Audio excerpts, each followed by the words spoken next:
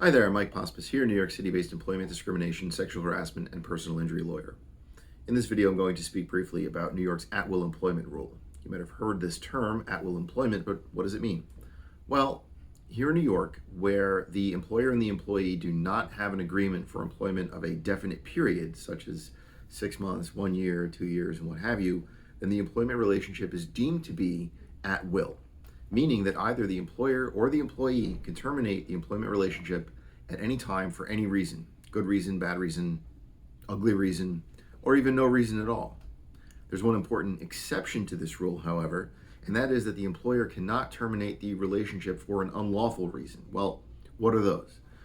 These reasons are specified essentially in the various anti-discrimination laws that apply.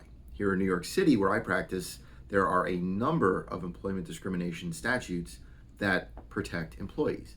These include Title VII of the Civil Rights Act of 1964, the New York State Human Rights Law, and the New York City Human Rights Law.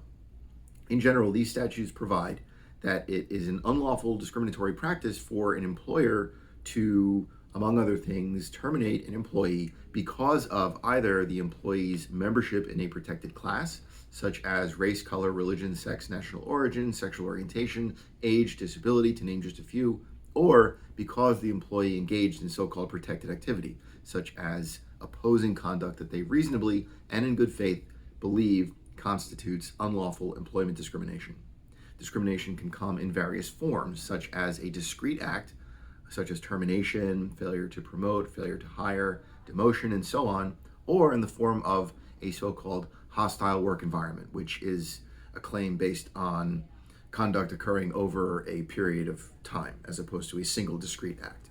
If you have any questions about these issues or anything I've said here, feel free to call me 212-227-2100, 212-227-2100.